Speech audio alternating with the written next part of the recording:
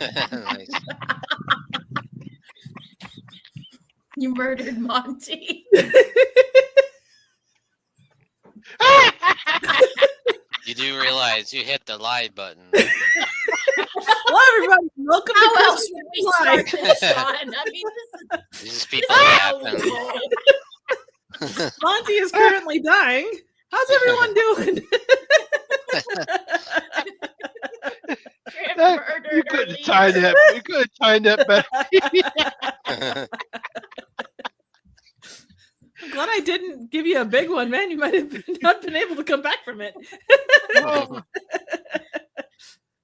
All right, now here we go. Oh, wait a minute.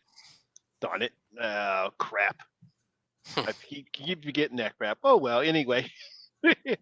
All right, ladies and gentlemen, welcome once again. I am the Horror Miser Monty G, and yes, I got that happened to catch that right when we started to go live. Welcome to the Horror Hangout. Once again, I am the Horror Miser Monty G, and of course, on my right is my lovely animated girlfriend, Summer Xmas Trib. Yes. Woohoo! Mercy, I'm pretty sure you probably caught me cracking up laughing. On my bottom right, we have ho ho ho. Holy shit! It's only it's only and of course, on the bottom is our dear leader, Sleigh Sean bells Patrick Ursher. ring. Are you listening? Woohoo! Yeah, you probably never see me laugh that much before. We gotta save that clip. We gotta save that clip. Oh man! Merry Christmas.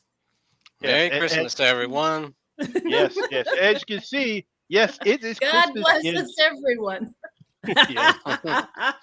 As you can see, it is Christmas in July because on this month for the Horror Hangout Live stream, we're going to celebrate a bunch of good horror films that obviously are Christmas themed.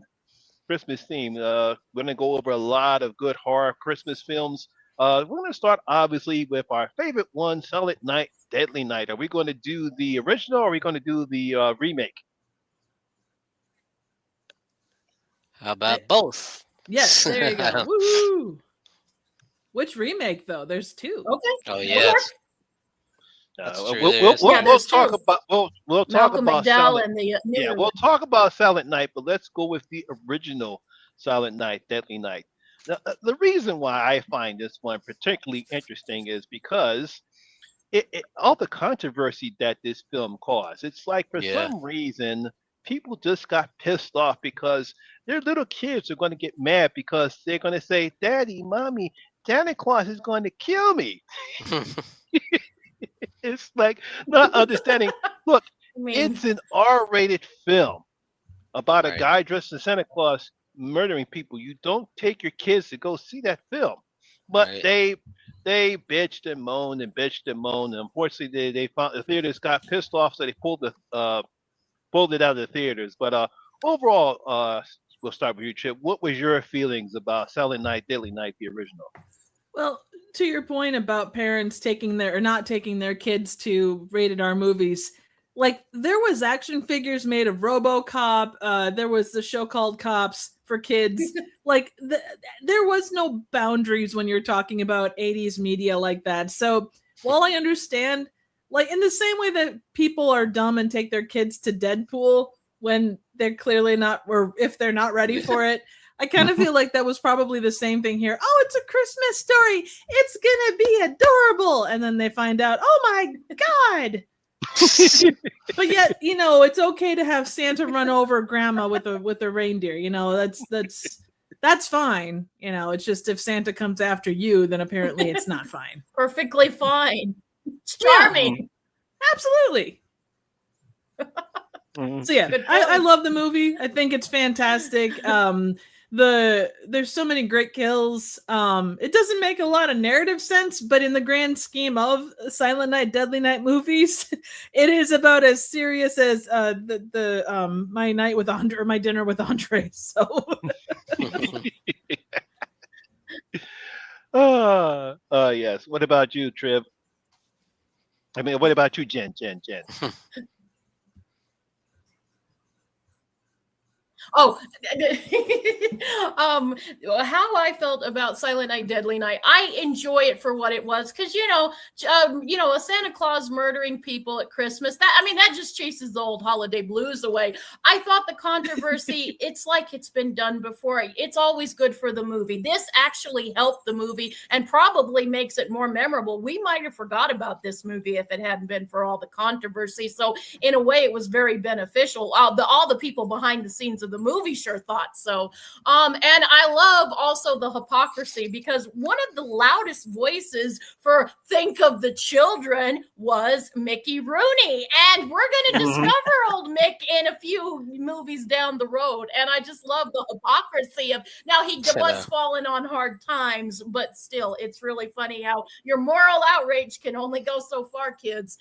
As for the movie itself, it's one of those movies, I didn't see it as early as some of my other horror movies. And so it was built up to be like this really bloody thing. And I had seen worse things. So I was like, I really loved, the scene with Linnea Quigley's tits and, everything. That was really cool. But I needed more. Like, it was one that I wished it went a little bit farther for me. But it's a fun one. But I'm not going to lie. I prefer the remake we got last year or the year before. That's the one I really like. I think they really elevated it. So, But the one, it's pretty fine. It's a fun, especially if you have relatives you can't stand over. It's fine. It's good, cathartic fun. Mm-hmm.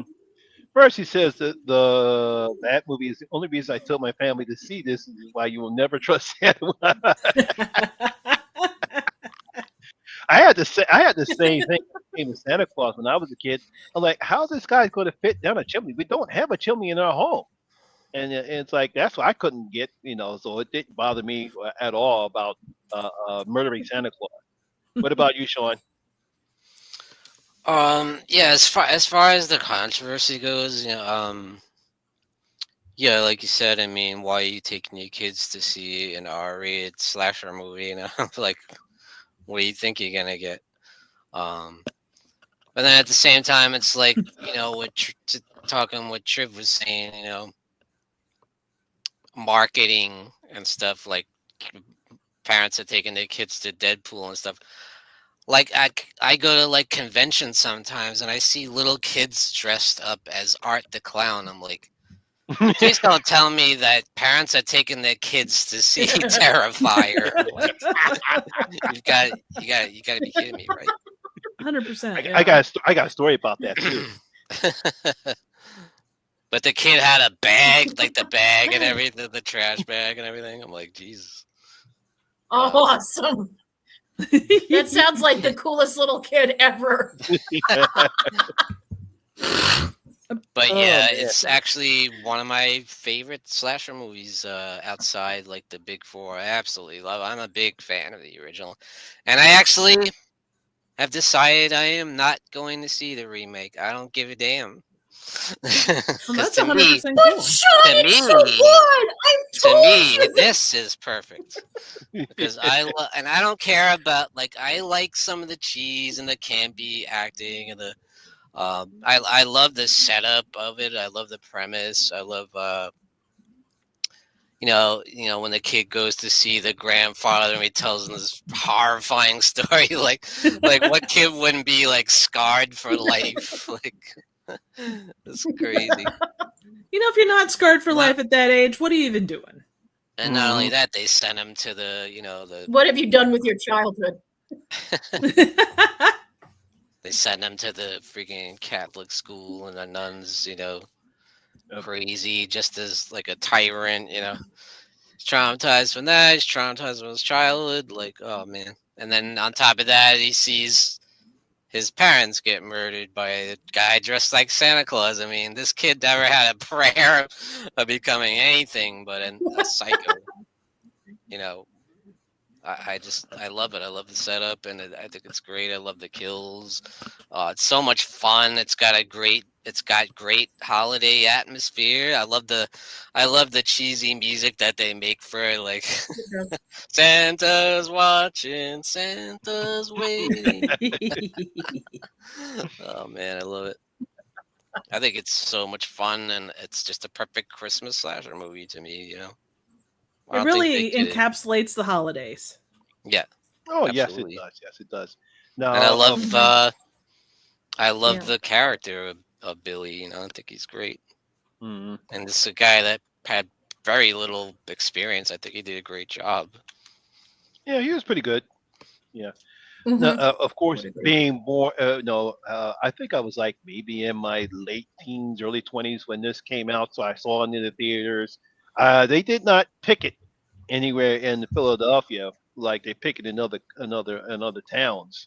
Probably because, well, I think actually more kids actually went to go see this one. But yeah, but you're right. When it comes to how they marketed violent toys for children, whether it's the GI Joe or the Transformers Hmm. uh, or Masters of the Universe. They were just simply marketing toys at all. That's what the cartoons are for. It's not about cartoons. It's just selling violent toys to kids. And you're going to complain about a murderous Santa Claus? Yet you're going to buy him the next GI Joe figure with rockets that blast people to smithereens. But the film itself, it was your typical slasher film. I enjoyed it. I love some of the campiness in the particular film. Obviously, my favorite scene is when the guy is sliding down the slope on his sleigh, and the guy naughty slit cracked me up. Classic. Classic kill. Yeah. And unfortunately, when it comes to this particular series, that was the good one. Then it just goes downhill after that. I don't know. I thought that 5 was for Now, all of what the about stuff Bill Mosley? Oh God. Sorry. I actually really enjoyed 5. I know we'll get to that, but Mhm. despite everything that I actually have a lot of fun with part two. I can see why. yeah, it's got the most iconic line of all the Silent Night Deadly Garbage Night. day! Exactly. The guy is so over the top and ridiculous. that's It's like hilarious. No, why do you think they made him so That's over the the thing top? about it is Go ahead, Jen. sorry, I think I'm on a bit of a lag, aren't I? A little bit, yeah. Mhm. I'm on a bit of a lag, I think. Sorry about that. I just was gonna say before we move on, the everyone focuses on the garbage day. Does anyone, notice, at the end, not to do spoilers, but he cuts off the Mother Superior's head, and yet we Mhm. recon it for the next one. She miraculously gets her head back on, even though it's I clearly know. severed off. That doesn't get to anyone else. It's thanks to the Lord. She's got strong faith in the Lord. Yeah. I know I never took away garbage day. I always took away the severed head, but miraculously comes back in the next one. Everyone's okay with that. I thought it was unfortunate that they had to use so much of the footage from the first movie, like freaking 40 minutes. Like, I feel like Mhm. if we got a little, I could have used more of Eric's story, like, because I thought he was such a fun character. Like, I wanted to see more about him, and the way they set it up in the first movie, I thought was perfect for him to come in, because the brother was there, he saw everything, he was at the Right. Catholic school, he Naughty. experienced everything with him, And he and he got it went, as bad as his brother. I mean, neither one of Yeah. them. It's kind of Greek tragedy Yeah. levels. yeah, Yeah. yeah. I would agree. Yeah, but that's the problem I have with this particular film. You couldn't even try to make a different story. You had to basically use footage from the first film. I'm like, wait a minute, am I seeing two or am I seeing one again? I know, it's only, Why am I yeah, seeing it is. stuff from the first film? It's supposed to be a sequel.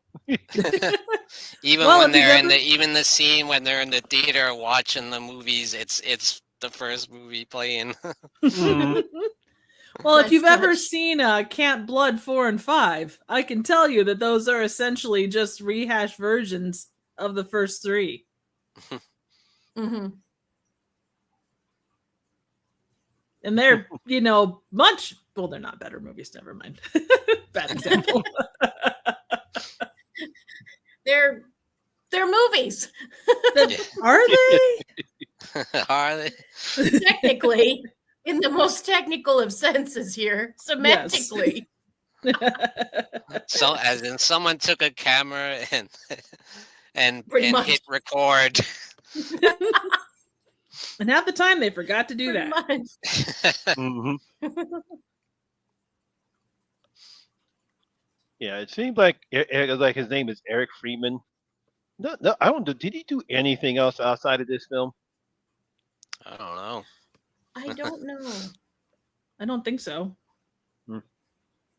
It's hard to find because I'm trying to see if he does anything else, but it looks like he They only did did like a little kind of sequel, like if you watch the specials on the special features on the DVD. They shot a little kind of like follow up almost. Like when he's back in jail and Yeah, he did some other work and saw some movies, but he really didn't do anything else after this film. Yeah, but it's just one of those sequels. It's like, oh god, and then it gets worse after that. Oh, It come gets on, interesting. Monty. Yes, it does get interesting. It kind of does what Cloverfield did. Mhm. And like the movies, they don't really have a ton to do with the original No. source material. They just Mhm. like toss in a couple of Christmassy things and slap the name on there, it feels like. Mm-hmm. They Yeah. did. Especially 4. like the third Yeah. movie is the last one that had a little bit of continue. At least he was playing the same guy. Mhm. Different actor, but yeah, Different same actor, guy. yeah. Bill He's got a Moseley. fishbowl on his head. You know what? You can only do so much with that. If you've got a fishbowl on your head, you're not going to have the same bone structure. And then you got the girl. She's got psychic powers. Yeah. That was a big thing back in that time period. Like girls with psychic powers. There was a lot of Yeah. girls running around in horror movies with that. Psychic powers. That's Yeah.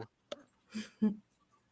So much of it's confined to like the hospital and stuff. Like, Mm-hmm. Hmm. Now, here's the big question. Was that a better version of The Heretic?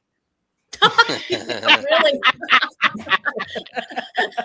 That's a good question. Well, the script, the director actually hated the script that they were going to shoot on and made them rewrite it. And they only had a week to rewrite it. So it was I don't know what the movie we would have gotten, but the director, he was just doing it as a favor to somebody else. And he hated whatever the script they were going to do. So he made them rewrite it. And this is brain protector is what we got.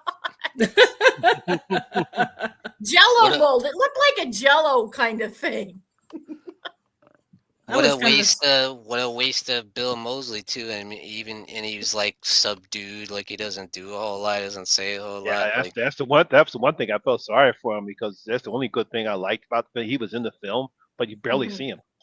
Yeah. I mean, if you got somebody like him, why not go full like camp and crazy over the top when it's a cheesy, campy movie like this? Go for it. Mhm. Yeah.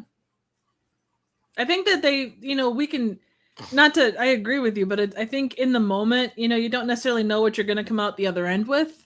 Yeah. And I don't know, like I agree, go as camp as you can looking at it from 20 years on. But at the point, it's hard to say, or 30 years on, but it's hard to say, what is too much at the time, especially when you've got limited budget. Mm-hmm. But Yeah. where it's supposed to be the same guy. No, 100%. I agree. I just like It's nothing like how the many guy in places part did that 2. happen back in the day though? Like, look at how many different Jasons there were over the course of, the different times and stuff. Well, that's Yeah, a good that's true. point. Everyone wants to bring their own stamp on it. Or Mm-hmm. I think they wanted to make this one a little bit more cerebral because we're trying to, meld their minds and talk about how we can reverse trauma and change things. And it's on paper, it sounds lofty. And if you've seen the movie, not so much. On paper, it sounds lofty. Well, especially if you have someone that likes the smell of their own farts. True. Or, someone with a vision, they're like, oh, I'm making cinema. And I don't know if that's the case here, but that's, there's so many things that can restrict a movie. Yeah, there's so many things that can restrict a movie from being what it is in someone's mind. So That's true. That's a fair point.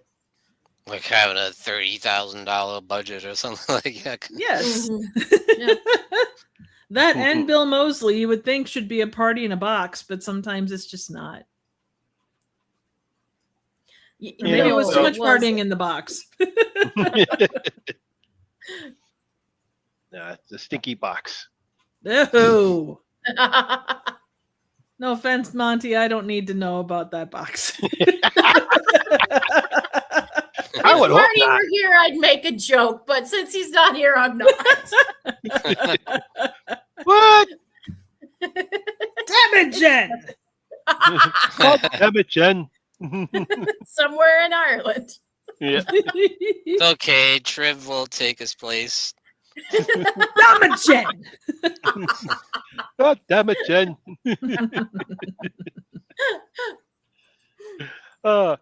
Yeah, it's just it seemed it was for me it was a little better than 2, but not that much better. No. Uh-oh. Again, my husband is walking by while you guys on TV is questioning my. Hey, you should tell him he would have saw if he saw me when I was cracking up. He really would have shook his head.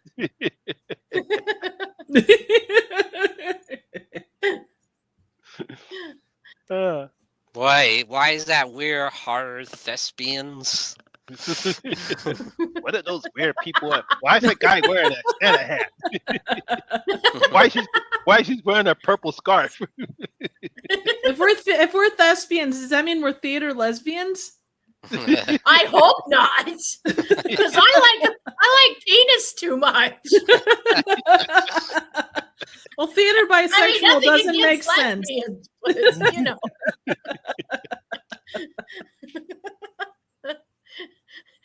you will pry that cold dead green penis from my hands. There is time and place. Cold dead hands. Penis isn't cold. Marty's penis is not cold at all. Man, things have kind of gone off the rails, haven't they? A wee bit. Sorry.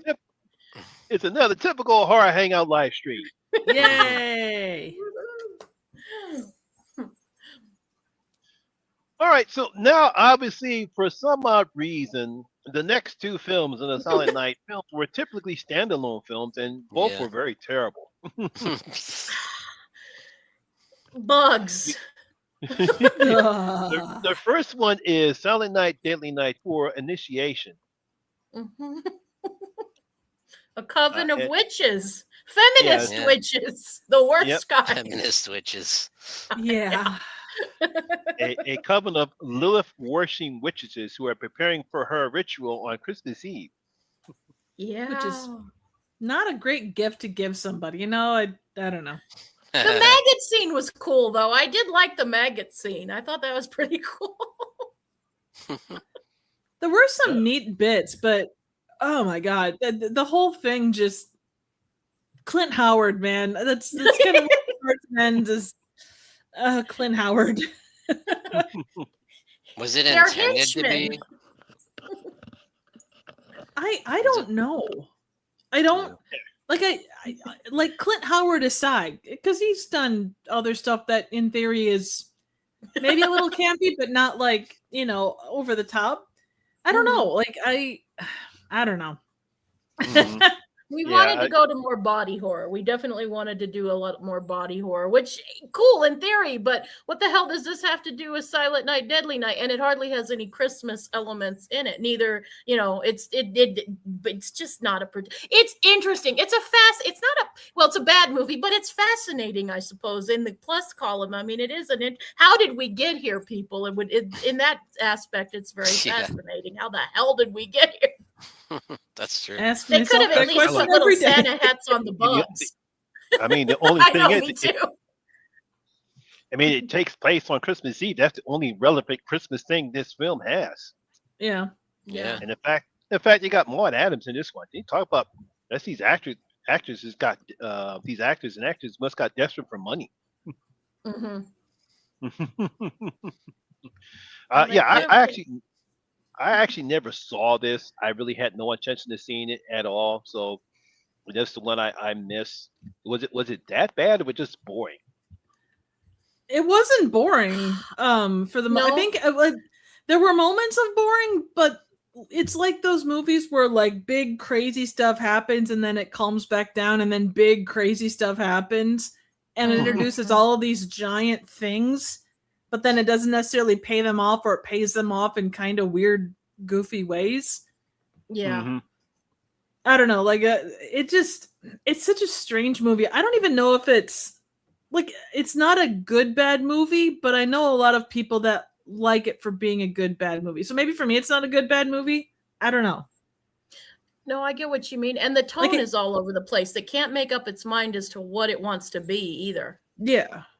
Like, it's a movie that will put you off your eggs, I feel like. Yeah.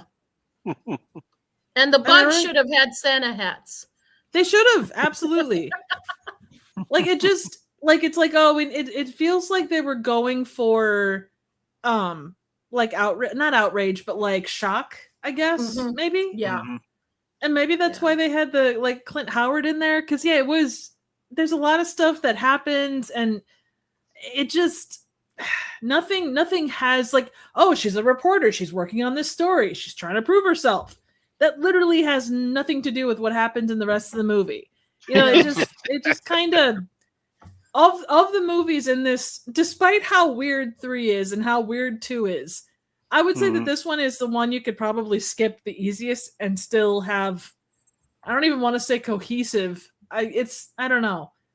You could call this a different name and no one would question it. Like, no one would go, hey, aren't those belong in this friend? No one would. It might work better if it was a different name. Right. I would even say that as, I would even say that as like a different name. Like, you look at something like Last Jedi. As a standalone without the Star Wars name, it's an interesting movie that works actually pretty well.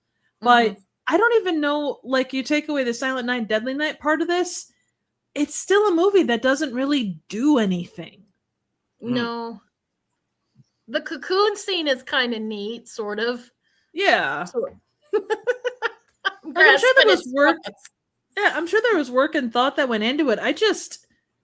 It's kind of a nothing burger of a movie, despite all of the like, you would think you've got all of this crazy stuff and none of it's memorable. No, that's sad. Yeah. And I'm probably being overly harsh. I do apologize. It's I don't know. It's one of those movies that just doesn't I wouldn't say being overly harsh. Well, you know what I mean, though. I don't want to be, because none of these movies are, outside of one, none of these movies are what you would call, stunning gems by any stretch. No. I would say that the latest one was I really actually would say it was a Christmas classic. I absolutely love that one. As much of a remake as it is of the original, I wouldn't classify, like, it doesn't fall in line with these 5. No, it does. Maybe the first one a little bit, but yeah, you're right. It doesn't. It pays respect enough, but it does do its own thing. But I think that's what the best remake should do. Oh, 100%. I think it's probably one of the best. Well, we can get to it more, but like, it is one of the best, like, updated remakes. Yeah, that we've probably had at least in the past 10 years. Yeah, I would agree with that. I would agree. Yeah, that I really enjoyed it too. Sean, I'm not being a dick to you, but I really wish you'd see it because it's really good. Like you I'm can good. still love the original. I think you'd enjoy it. Like it's not a Psycho type thing where like it's a shot for shot remake but done worse. Yeah. I like the idea they did with the second remake of Silent Night, Deadly Night.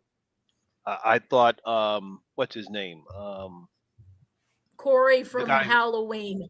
yeah, Corey from Halloween. I actually like him and the girl. I like their chemistry in the film.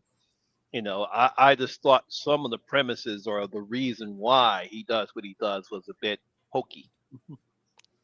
Oh, hokey. Yeah, I hokey. wouldn't say hokey, but I get what Monty means. Oh, you want It's me a to little run over to the see this top. hokey movie?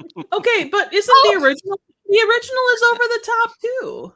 Yeah, I mean, let's not forget the scene where, a little kid witnesses his mother being, sexually violated. Everyone always leaves that part out when we're talking about the movie, for God's sake. I don't know why.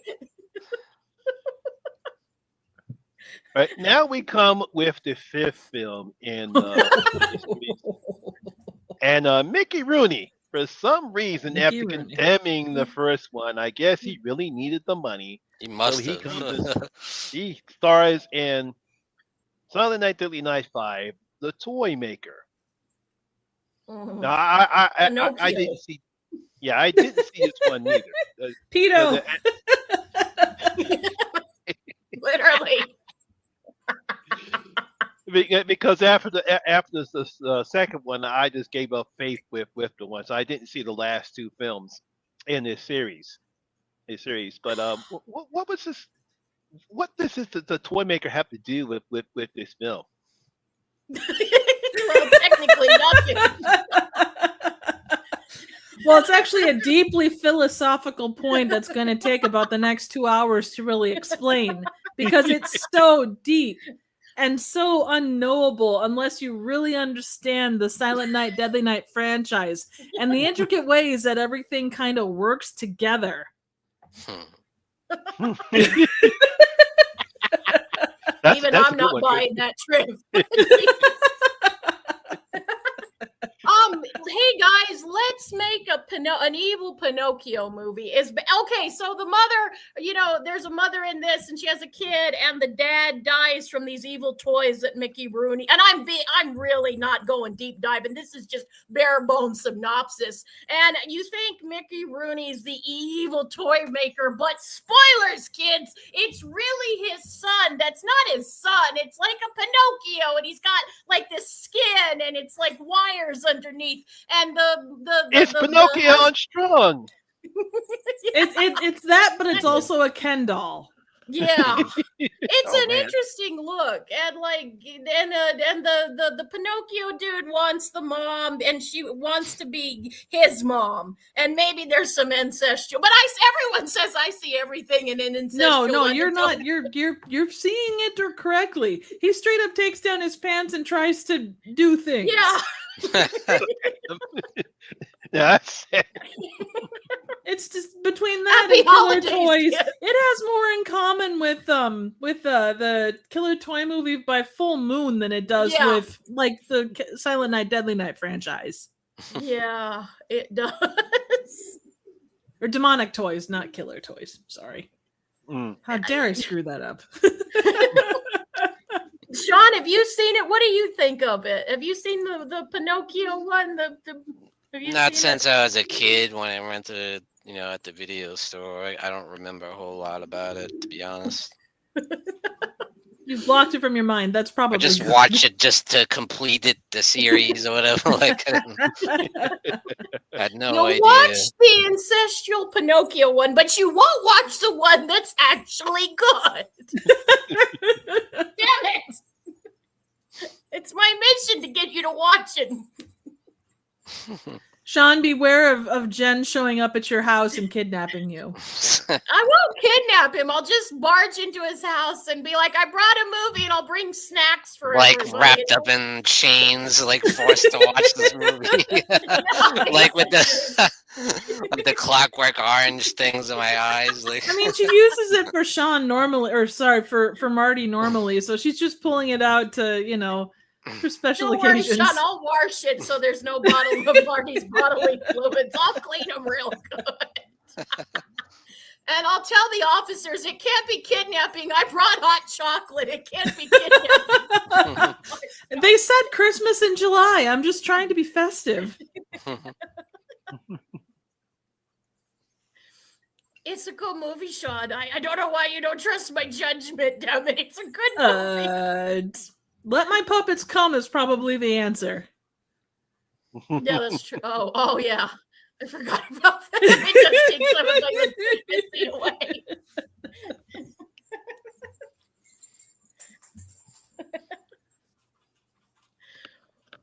I'll go away now. I'll go hide. If I Lonnie, could. are you going to add it to your Christmas this year? Are you going to watch them? I'm thinking that's a giant negatory, good buddy. If looks could kill.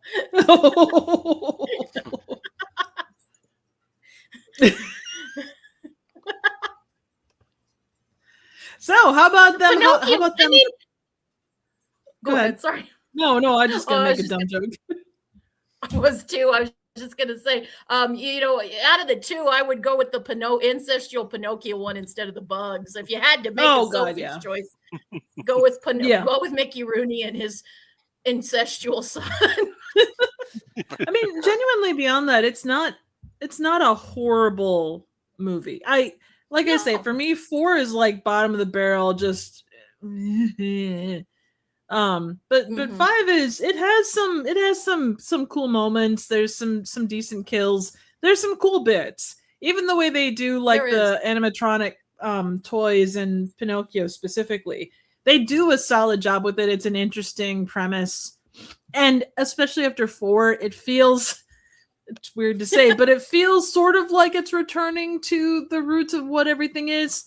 It's still about as far from, the original premise as you can get and still call yourself that movie, but it's not the worst thing. Ken doll, Pinocchio aside. And give the hypocrite his due, but Mickey Rooney's pretty good in it. Yeah. Yeah. I was about to ask, was he good in the film? Yeah. He wasn't in it a ton, but I mean, I thought that he did well. Yeah, he was actually pretty all right. Yeah.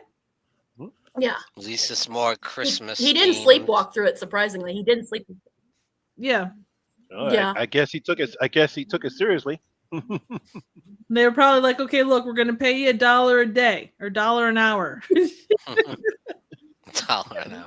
More work you do. The rumor was he was very financially strapped at the time. So, yeah. Mm-hmm. Yeah. I bet you. I wonder, did he actually, anyone interviewed him and says, didn't you condemn this the first time and now you're actually starring in the film? Eat some crow now. It probably was one of those waiver things where, when they were doing the junket, they're like, look, you can ask him anything. Do not ask him that question. Otherwise, you will be barred from any more information on our films. And I'm sure after he made it, probably still had that. And I will never talk about this movie. Oh, yeah. Well, the interesting thing, there is another rumor that said they didn't, but I kind of fight back on this, but they said they didn't tell him it was a Silent Night Deadly movie. His people just sort of left that part out. But I mean, he still read the script, and Mr. Moral Outrage wouldn't find it. It's still a pretty brutal movie. I mean, arguably, I've heard people say he's worse than the Santa Claus. So I would agree, but it could have been too something where there's no actual mention of anything that happens in the previous. It is a killer Christmas movie, but it's not that specific one. Mm-hmm. So that's a good point. But there's rumors. Who knows what really happened? But they say that they just kind of didn't let him read the whole script and did not tell him it was a Silent Night movie. Only he knows for sure, and he took that to his grave. Yep. Who's up for a seance? No. Oh, come on. You don't want to talk to Mickey Rooney? No. I mean, he wouldn't be my first choice. I would be contacting someone a bit cooler, but Jen, Uh. buddy, who is cooler than Mickey Rooney? Vincent Price. Fine. Who's cooler than Vincent Price and Mickey Rooney? Nobody. Rodney McDowell. He was in Ape movies and a cool vampire movie. Have it your way. We'll Yeah. talk Oh, to the you, cool oh, you didn't people. acknowledge Fright Night Part 2. Yes.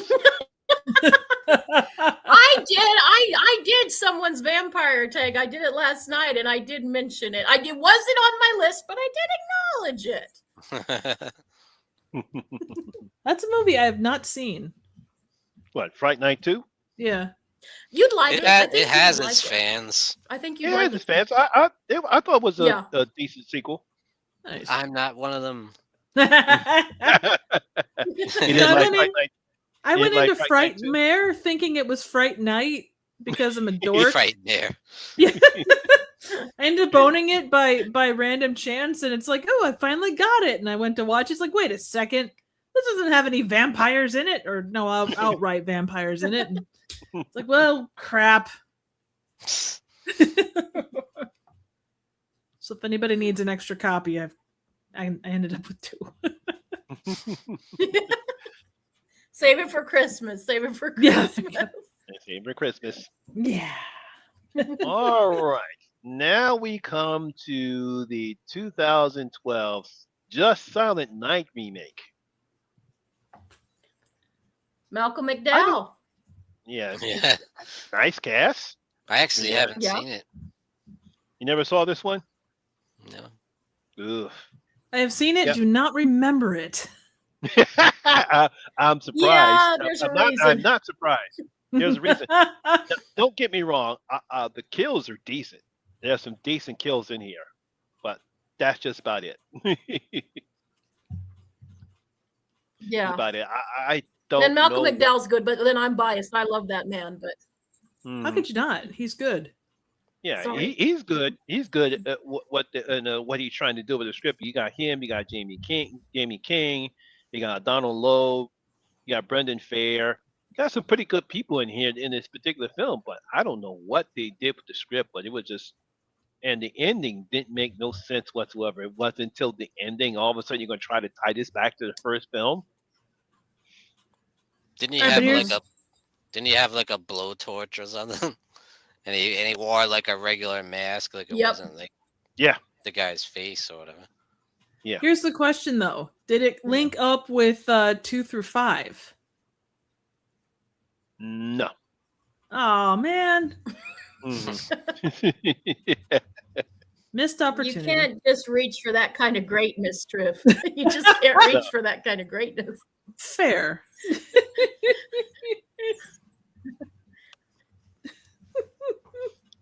It's forgettable. It's not terrible, but it's forgettable. Like if it didn't have Malcolm McDowell, I probably wouldn't remember it as well as I do. Mhm. That's cool. Yeah, because because her and Jamie King, they were okay, but unfortunately the Mhm. script is just dull. And like I said, there are some decent kills in the film that kind of saved it from being outright terrible. But it's like, y'all made this? Ooh, God. I'd rather see the toy maker. Probably would.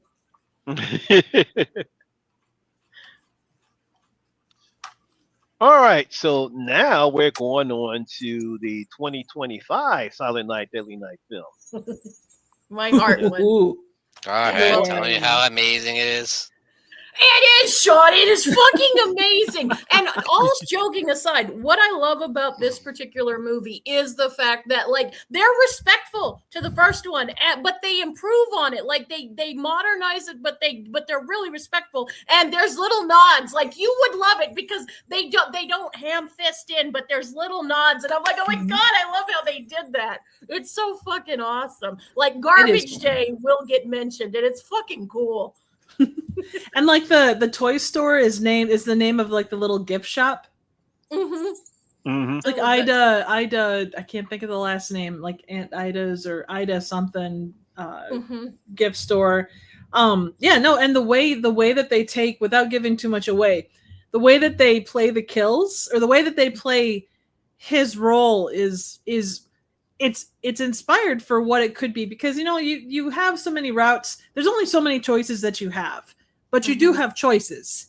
And they didn't take the route of least resistance. And they also didn't take one that's so batshit that it goes off the rails into Never Neverland. It's a solid, straightforward telling that you don't need a whole bunch of other stuff to incite or to inform it.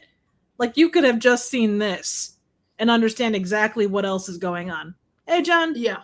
Hope you're good. I would totally agree with that. And but it's also fun. Like, they remembered to have fun with this. Like, I'm dreaming of a white power Christmas. Sean, Nazis in a Christmas movie. And it's so fucking awesome. Oh my God, I love that. We have a bargain bin Elsa knockoff in a Christmas dress, right? And she's doing a white power Christmas and he slaughters Nazis. It's awesome. I was talking to someone about the movie, and they have these swastika like table decorations at this party. Someone had to go on to like Etsy or I don't know, the local white power shop, and like pick up these things and actually ask, hey, I need to pick up like a dozen things that are laid out like this, and they just slide over a picture, and they're like, man, this is a swastika. No, it's It's like the Nazi version of Michael's or whatever. Yeah, exactly. That scene kind of reminds me of the scene in Creature Commandos where GI Robot winds up. He doesn't know what's happening because the guy saves him. He becomes friends. Next thing you know, he turns out he's a neo-Nazi, and he goes, "That sounds like something a Nazi would say," and he slaughters the whole crew. Man, one of the best episodes of Creature Commandos was because Marty will tell you. I mean, yeah, definitely, that's one of the best episodes of Creature Commandos, GI Robot. Yeah, I actually, that's one of the aspects I did like about this film, was that they changed the style about who he deems naughty, and how he goes about doing it. So I like the aspect. I don't like how he becomes that way. For me, that was a bit kind of, that's a hunky part that I don't like, or the hooky part that I don't like. I thought Ruben Modine, I thought she was good in the film too. Very good. And I really bought their love story. Like, people laugh at me when I say this, but I really got emotional at the end because I thought it was such a beautiful way with their love story. And I would not be upset if we got a sequel. Like, I would love for this continuing adventures. I love this couple. I would agree. And the thing is, like, they didn't have to sit back and say, oh, well, he's got issues or she's got issues. They left the story to tell its story. And just let it do its thing, they like the fact that she beat the crap out of the lady on the ice. Like, you didn't have to know that she had anger issues. She just wailing on somebody, and it's like, okay, well, now we know. And I like that they accept each other. Like, they're both kind of broken people, but I really thought that was a good way that they accept each other. I really love that. And there's some really excellent film or cinematography in this too. Yes, they do some really cool stuff. They do, and the gore for us gore hounds. There's some pretty good scenes. Sean, please see it, please. And the thing is, they to punk you. It's really good. I mean, I don't know. I mean, we had a meeting beforehand to talk about how we were going to punk you, but yeah, we didn't punk you. No, we totally didn't. Nazis at Christmas, you're not and you're gonna have a white power Christmas. Not in that way. Wow.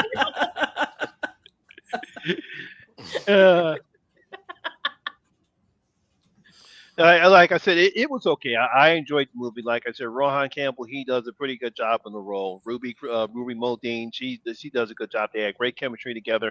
The kills are pretty good. Like I said before, the how he becomes the killer is a bit hokey for me, but I enjoyed the film when it was. We'll accept that, I guess. You can stay. Yeah.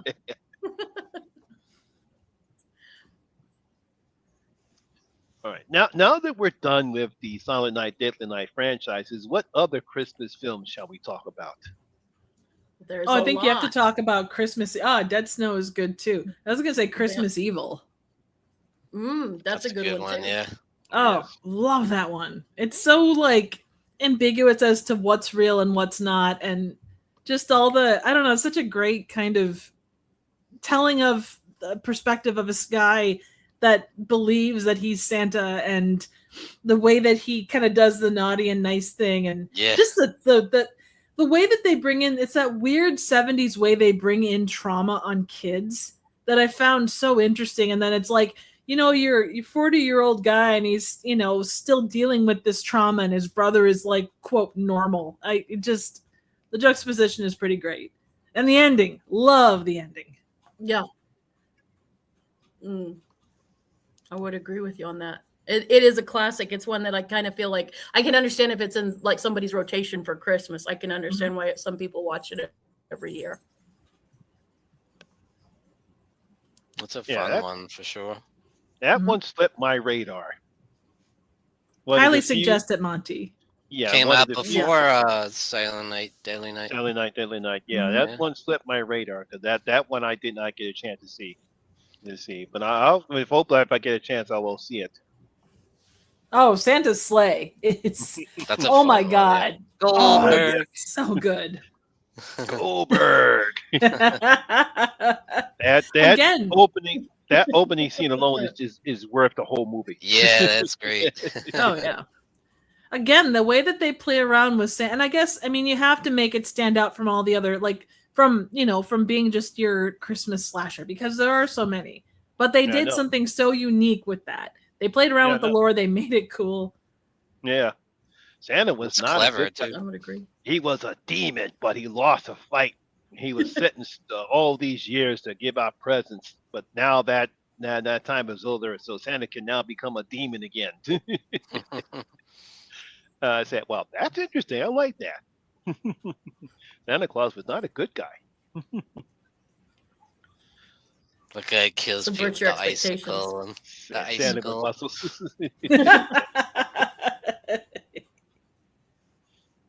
Honestly, Santa Jaws is such a goofy little shark movie, but it is so fun. I love it so much. It's just like it's one of the few shark movies I actually really enjoy, and it doesn't fall into a lot of the tropes that you get with a lot of the more like a lot of the asylum shark movies, but it just it plays with all this stuff. It has fun. It's goofy, but I love it.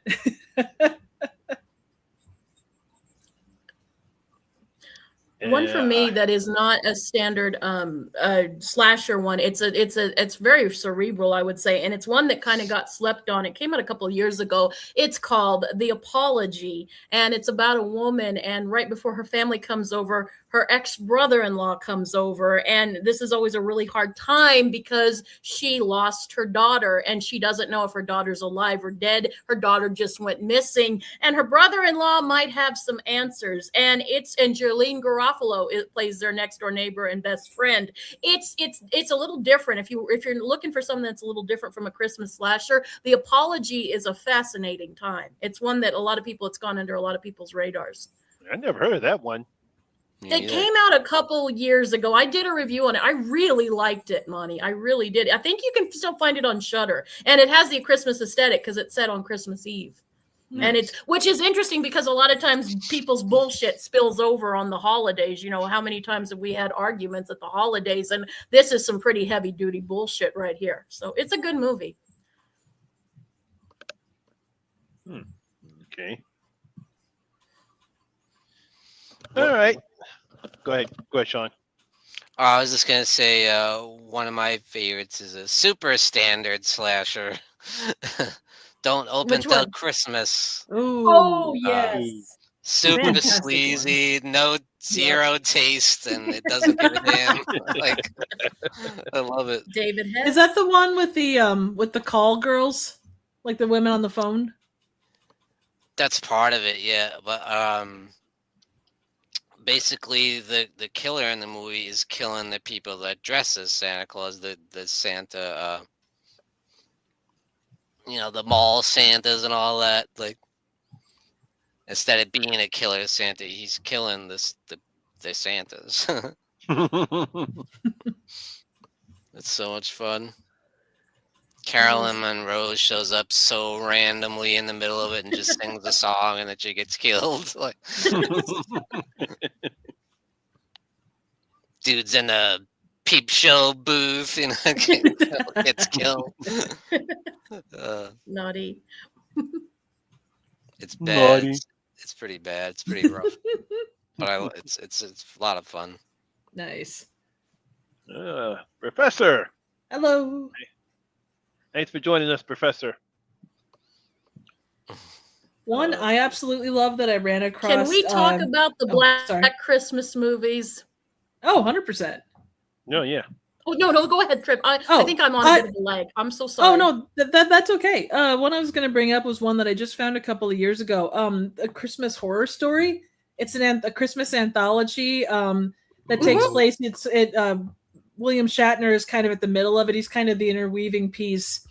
The way that they do those individual stories, especially the one with the guy that's playing is it Lieutenant Bob, or the guy he's doing a live from the mall, and the way that one plays out, it hit me, and maybe I should have seen it coming, but I did not see it coming, and it's become one of my absolute favorites. Oh yeah, because you don't see it coming. No. So when it happens, it's like, holy shit, damn, that's actually good. Because I love it when a twist happens and you don't expect it, and it's happened. It's like, damn, the writers did a good job in setting that up. We can't tell you what that, unless you've seen it, we can't tell you what it is. I know there are so many like not great anthologies based around Christmas, and that one it does such a great job. And I like how they intertwingle the stories between each other. It's like when you one story is happening, and then all of a sudden you see something that's going to occur, but it doesn't occur until the next story, and then then you can see that happening, that exchange happening between the two, or there's like 4 stories I think there are in 4 or 5 stories, and of course William Shatner, he's the center of it all. Yeah, but yeah, Christmas Horror Story, yes. Yeah, it kind of does what Trick or Treat does in the intertwining stories. Yeah. Is that the one where like Krampus fights Santa Claus or whatever? Yes. Yeah. Yeah. And the effects are it's a really well done movie technically too, I'd say. Yeah. On to Black Christmas. Oh God. Yeah. There's 3 movies, kids, and I have a bit of it. Well, you guys are not going to be surprised because my favorite one isn't a lot of people's favorites, but fuck you all. Incest flesh cookies at Christmas is just, I love it. It's one of I knew my that was coming. She's like jumped right to the second remake. It's so It good. is. I love that movie. Outside of that, I actually do like the first remake of Black Christmas. Oh yeah, Yeah. solid. That's the one.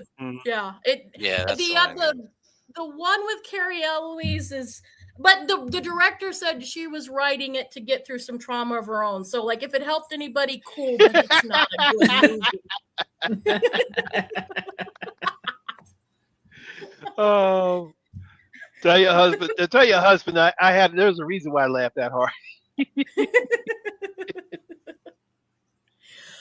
Am I wrong that I like that Black Christmas more than the original? I respect the original, but I can't lie. I love the other Black Christmas 2006 more. I just do. I think that you have 2 sides of the same coin with that one. Like the original one, it leaves a lot to the imagination, which is obviously what they did a lot with those kind of movies at that time.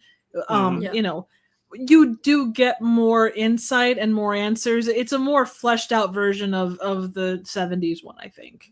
Yeah, 70s one, because that's what films were like back in the 70s. Yeah. As I stated before, it seemed like every director wanted to outdo the other when it came to violence. Because for me, the Black Christmas in the 70s one, the original one, was violent, but it wasn't really like slasher-ish. It was just violent. All the deaths were very violent. And we actually don't get to see Billy. All we do is hear his voice. But in the first sequel, we actually get to see who Billy is, and we get a more fleshed out characterization of Billy and his sister. Yeah, sister. Also, I'm just gonna say, Incestual Flesh Cookies is the name of an underground rock band somewhere. Yeah. I don't know where. Wow, nice. Somewhere. Oh boy. It's just so much fun. Like the holidays are such a stressful time, and that is my de-stressor. That's like a movie that like just leave me alone. I'm gonna go put this on, wrap presents, and just let me just have a minute. That's how you get in the You know, Christmas spirit. It is actually, you joke, but that actually is how I get it. Getting all excited, making your cookies. Flesh cookies, yeah. Now we're in the Christmas spirit. You know, I've not heard a lot of people talk smack about the 2006 version. It's always is it 2016? 2019. Yeah. 2019. 2019, That's the one that people always kind of go, yeesh. Oh, yeah. God. What people kind of gave 2006 a little shit until that movie came out, and Did I'm they? like, Yeah. asshole, see. It certainly wasn't like You want to see bad. And certainly wasn't praised.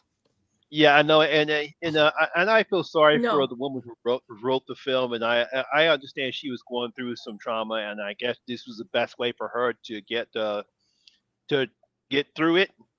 But unfortunately, the whole thing backfired on it because all you can tell was that it was forcing down your throat that all men are bad, all men are sexist, all men are misogynist, and it's because of some black goo. It's like that, and how dare you try to rip off one of the best jump scares of all time in Exorcist 3, and you're going to try to rip that off. And then I really went on the rant when I reviewed that film about that film. I was pissed off about that. The first time I ever got, the first time a film ever made me mad. I really don't get mad about films, but I just felt as though the whole forcing message down your throat. I mean, it's bad enough we get enough of it with the rage haters and the misogynistics and the chuds out there when it comes to certain movies, especially with the Odyssey. If they would have, trust me, if they would have saw that movie, ooh boy, talk about some of the stuff they would have said about that movie. It's like, I feel sorry for the woman. I just wish she would have done a little better job of not trying to force feed her message into that film. Yeah. I would agree. And it's a dangerous message because, you can't group everybody, not all men. There's some shithead women, there's some shithead men, but you can't group everybody into one thing because it leads to really bad things. I think I saw a newsreel of it back from the 30s, but it was in German. I couldn't understand it, but I think that was their point they were getting across. Yeah. So, well, I mean, it's down to the person. It's not down to anything about them other than, them. Exactly. But that was kind of the message. They were like, oh, Monty's right. That's the message I took from it too. All men are bad. And you're a traitor if you like men, you're a traitor because there was a woman and you're a traitor. And yikes. Yeah, that doesn't do anything for anybody. No, obviously. It just makes it worse. Yeah. 100%. Well, moving on to something much, much more fun. And John brought it up before. Santa Claus Conquers the Martians. I know somebody who loves that movie. Oh my God. Such a fun, it's such a weird little movie, but it's so fun. And weirdly heartfelt. Oh yeah. Well, and it teaches some good lessons. You've got it's kind of that, I mean, it's a 50s movie, so it's got all the goofy cardboard cutout robot and Santa's just the most endearing character ever. And if you can't do 50s movies like Riff Tracks or MST3K did a great riff on it, it's worth a watch one way or the other. I think it's probably on Tubi, both in Riff Tracks and in normal form. But it's a really cute, it's just a really cute movie. It's a great way to shut off your brain and do Christmas without doing Christmas. That's a good way to describe that. I think that's how I'm going to describe it to anyone. That is a good way to describe it. Uh-oh. Lost the host. Oh no, and even we're hostless. Oh no! Even the coloration is kind of red and green because the coloration's like just crap on it. But it's a fun one you can watch with your kids. Like, you know, if you hit them at the right age, this could be one that your kids would really like too. Yeah. Not really horror that. per se, but yeah. Exactly. No, you're right. Hey, he's back. Yay. Woohoo! Santa and Monty, did you hide presents for us? Is that why you went off? No, my computer decided to crash. Oh, lovely. Always on a stream. Oh yeah, Mexican Santa is great. There's a longer version, or I can't think of what the movie is called, but it's by the same director as the Mexican Santa Claus, and you get more of like that weird like castle in the sky thing where Santa lives. So the Mexican Santa Claus, it features Santa living in a castle with Merlin and all of his instruments to watch the kids like it's actually an eye on the end of a telescope, but not done in a creepy way. And all of the messages that come through a giant mouth, which kind of gives you Fleshlight vibes. The best Christmas present. Yeah, I've heard of this film, but I've never saw it because it just sounds really cheesy to me. Oh, it's so cute. I mean, what is Christmas if you're not doing cheesy? And it is. It's like Santa Claus Conquers the Martians. It has so much heart, and it is it's an endearing movie. It is so sweet. Like the little girl Lupita is just, oh my god, your heart breaks for her because she's this little, all she wants is a little baby doll, and yeah. No. You're right. Kind of not really horror, but But something that is horror, and it does involve a character who wants something or someone very badly. What do y'all think about Better Watch Out? It's one of my favorites. I know it's kind of controversial. Some people really like it. Some people don't. I love it. I think it's so much fun. Monty is not a fan. I am not a fan of that. It's those films where it's one of those films where it's like, as much as I love Freddy's Dead, people hate it. I'm one of those people. I don't hate the film, but it's just a lot of people love it, and I don't. That kid is a spoiled ass brat. He's terrible. He plays it well. He plays it well, and that kid was so terrible, and especially what he does to his boy. He does his boy dirty. It's just such a terrible, bratty ass kid. It's like terrible. I will say it did take me it took me a couple of watches to kind of get past that feeling, Monty. I grew to really like it though. Like it's just, he does get his comeuppance eventually, but it certainly takes a little while. I mean, put it this way, as much as you don't like the character as much as you don't like the character in Dash Cam, go ahead. That's how much I don't like that boy in Better Watch Out. No, fair. That's very fair. Oh, that you must really not like the character, because that put it in things I can understand. One thing I do like about it, like for initial watch, like I love it because the first time I saw it, it subverted my expectations. I thought, okay, this is cool, but we're gonna have a standard slasher thing, and then when we get the reveal of what is actually going on, I was actually rather surprised. I was like, this is kind of cool.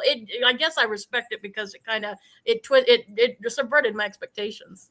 Oh yeah. Mm-hmm. What about you, Sean? Did you like Better Watch Out, or have you seen it? I haven't seen that one. Yeah, it's fun. Yeah, absolutely. People love it, and I did. Here's one for you. Sorry. Oh no, sorry. I'll Go take ahead. your word for it, Monty, and skip it. I trust your judgment. Yeah, there you go. Oh well, it's good to it's good to have. You got to trust somebody in this world, right? I was going to mention Rare Exports. Oh, good one. Did I see that? I think I saw that one. I don't remember that. It's I think Norwegian or Finnish. Norwegian, I think, but I could be wrong. Sparky loves that movie. Oh, yeah. Fantastic! Like I was not expecting that. I went in blind, so I had no idea what was coming with it, but man, it's Finnish. Oh, is it? I thought thought it was. Okay. But yeah, It's fair. Sparks' movie. Oh yeah, Yeah, absolutely. because I've heard of it, but I never saw it. Oh, you absolutely put it on your list to watch. It's when you watch it once, it becomes it's become one of my favorites. It's a must watch every year. It takes that Santa Claus legend, flips it on its head, and it's done. Obviously, everybody has a different interpretation of this stuff, but the way that they interpret Santa for this and the way that it all plays out is so unique and cool. And I think it was done in the 2010s, so you could probably say that it has, different things have come along and done something similar, but the way that this does it for the time, incredible, absolutely above reproach. Like, all of the characters are great, the effects are great, the way it's shot is awesome. It doesn't screw around with time. It's damn near perfect for me as a Christmas movie. Mm-hmm. Oh, Sparky feels very much the same way. You pretty much said everything he said. Ah, yay! Of course, one of my favorite Christmas films during the is Krampus. Oh, Yes. that's a great one. Nah. That is a good one. Yeah. And the Sci-Fi Channel movie Krampus is just above reproach. There's a lot of Krampus movies. Oh yeah, it's a lot of Krampus movies. It's like there's so many Krampus rip-off movies. Krampus this, Krampus that, Krampus this. It's like, what the hell? There comes to be that time of month where you have Krampus. I was waiting for that.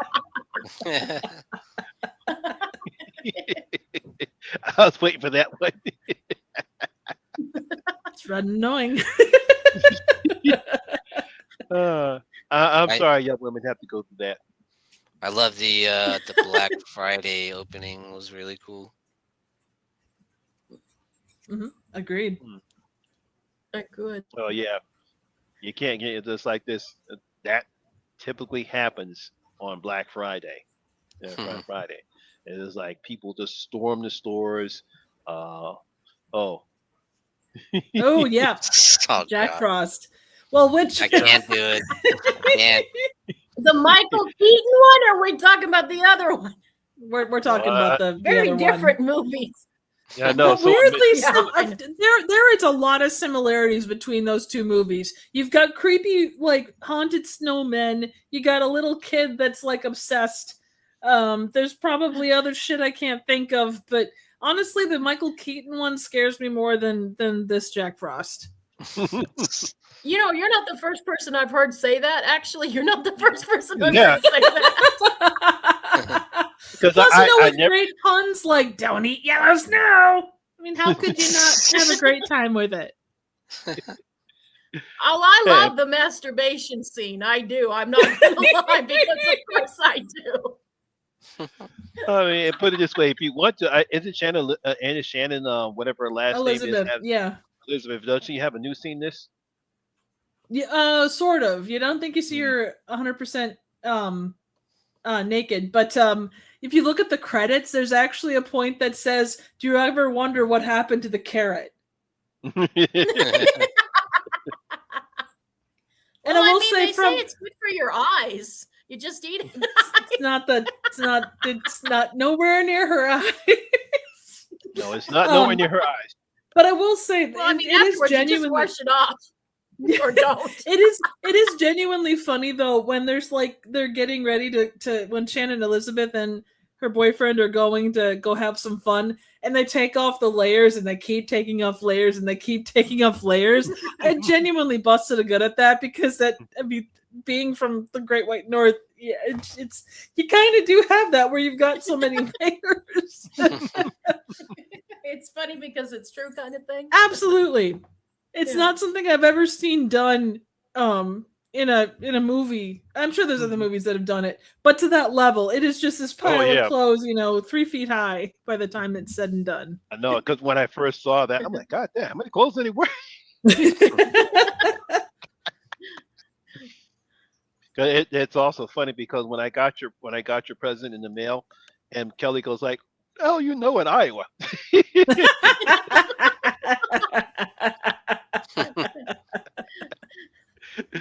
And I saw the what's go. Oh, that's Trip.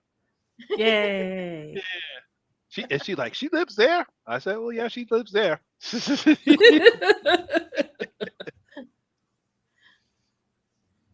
But yeah, don't recommend the sequel. It's not great. Oh no. Oh no. I just happened to. It came out on direct DVD. I was at Earl's Video Store. I happened to say, "Oh wow, they made a sequel." So of course, me being the dumbass, I picked it up anyway because I picked it up and put it in. I'm like, "What the hell is this?" Terrible. I mean, it's just like I think how many of the I think almost made about the same amount of sequels like the Ginger Dead Man. Oh no, it Oh, only God. has one sequel. Yeah. There's one sequel. Okay, oh yeah, I thought Yeah. there was more Does than it? that. Okay. No, I think there's only the one. Mm-hmm. But it's about like I thought it's they it's, did yeah, it's another about one. as yeah. Well, and in the grand scheme of Ginger Dead, like Ginger Dead movies are bad, but nowhere near as bad as the Evil Bong movies. Like Oh, Evil God. Bong 1 starts where Ginger Dead Man left off with number 3. Sparky always I've seen the Ginger Dead Man because of Sparky, but I refuse the Bong ones. I won't. I just Yeah, I ain't I- going there. I'm not going there. Yeah, I unless see you're a that. stoner. no. Yeah, only stoners get the evil bong. Yeah. Although Ginger Weed Man is supposed to be pretty decent. It's like a short one, and it's kind of Ginger Dead Man and Evie, the evil bong, get it on, and Hard he loved ginger. He likes ginger ale. Triumph of cinema. Mm-hmm. yeah, evil or Jack Frost only had 2. So Yeah, Okay. yeah. I thought there was another sequel. I did Yeah, too, but yeah. honestly. Yeah, but yeah, that second one, whoo man, it's like they didn't even try. yeah, so like all the evil bong movies. Mm. No, I'm not watching those. I told Sparky no. He fuck you, no. So I shouldn't pony up to get you the whole set. No, no, please don't. But it Whole comes box in a really nice case. No, because I am the type of person that I will feel bad, so I will have to watch them because somebody spent money on me. I will have to watch. Please don't. I'll think about it. We'll have a big marathon, like to all 7 of them. No, there's more than that now. There's more than There's that. Yeah. Oh, my God. 9? Yeah. I lost track. Yeah, probably like the people that made them. But Yeah. you know what is a great sequel, and it has killing kids at Christmas, which I'm a big fan of. What about my favorite clown at Christmas? Oh my God, is that such a fun movie? Part And 3, the Terrifier chainsaw. 3, yeah. Yeah. Honestly, Chainsaw. Yeah, we I put that apologize. one up. I apologize, Jen. I enjoyed 2. 3 just felt like overkill to me, and not in a good way.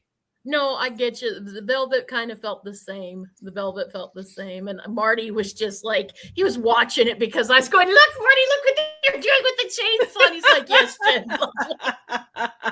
I had fun with it, Jen. I'm with you this time. Oh my god. I like part 3. I did too. It's nothing like, it's not a deep movie. Although I do kind of push back a little bit because we do talk about trauma and the insensitivity that people treat with true crime. There is a tiny little nugget of legitimacy there. So Yeah, I agree. but mostly it's just about a fucking clown dressed up as Santa Claus killing people, and it's really cool. Yeah.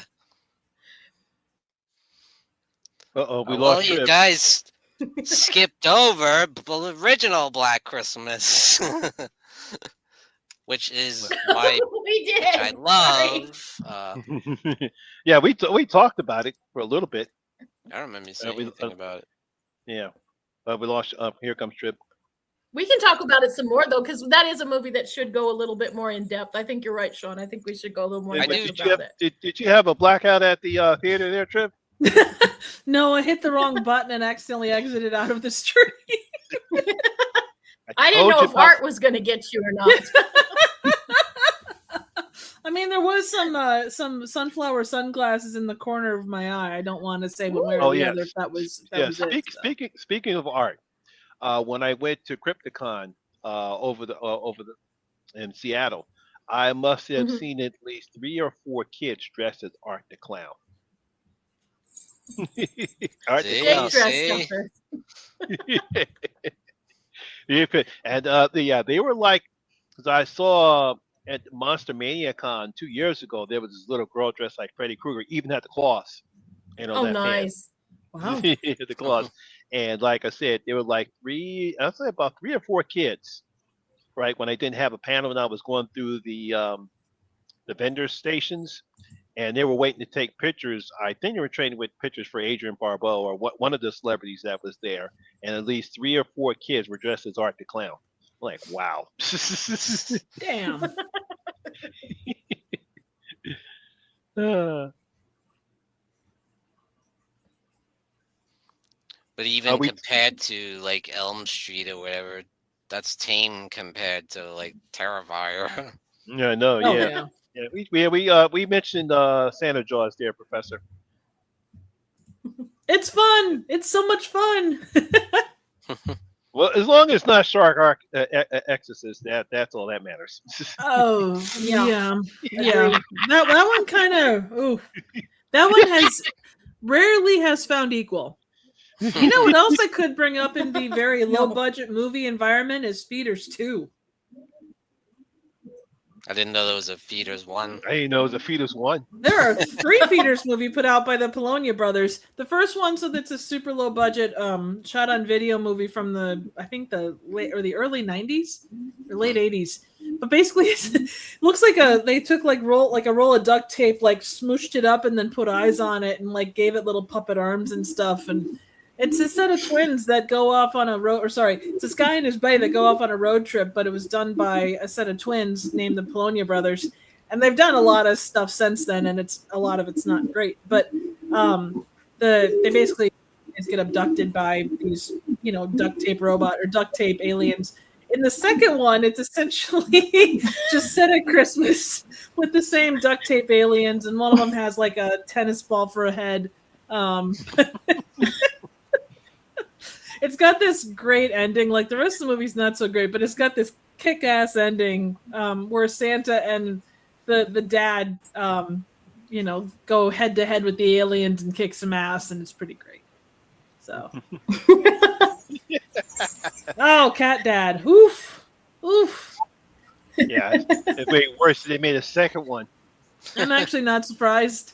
The guy that directed that, like, you hear him breathing heavily behind the scenes of all the bikini shots. Yeah. Oof. Appreciate your actors. Oh yeah, baby. Oh yeah, I appreciate that bikini. Yeah. We do take 2, take 3, take 4. Can you hike up those shorts a little more, please? Yeah. Gotta love when a shark comes out of 2 inches of water. Oh my I God. feel like I need a shower. Oh man. A Christmas shower? Ooh, yeah. Well, I mean, Marty could dress up as Santa Claus, Yeah. Oh boy. Yeah, that. Ooh, boy. Yeah, Shark Exorcist. Everything else aside about that one, the way that they play certain character types with that, it feels icky. Yeah. No, it's when I see movies like this, like that, it's like it's a poor excuse for a filmmaker to have a women dress very provocatively just so he can leer at them. And breathe heavy. Yeah. Yeah. It's like, Well, that's like, part of the dude, experience. mhm. Oh, 100%. I'm like, dude, you look and sound creepy. It's like, ooh man. Well, if you want another body-based Christmas movie, there's one called Cadaver Christmas, and I haven't it's a seen two. it. Oh, I think it's a Tubi movie. I ran across it, I think, on Shudder or Tubi. I don't remember which, But basically, there's this guy called, his last name is Brisket, and he gets invited to Christmas dinner with this person's family. And the family are cannibals. And they're gonna have brisket for Christmas. Oh, okay. Cannibal Christmas movie. I'm for that. Yeah, it wasn't terribly deep, but it was deeper than I kind of thought it was gonna be. I was expecting my expectations were in hell, so it might have just been that, but it wasn't a great horror movie, but it was kind of fun for what it was. And I mean, the damn thing is called Cadaver Christmas. You were expecting more, and not what you were expecting. No, I didn't know what to expect. I kind of said, okay, well, this looks interesting. Click. Oh, okay, that was a thing. Oh, there you go. Santa and the Ice Cream Bunny. That's another classic.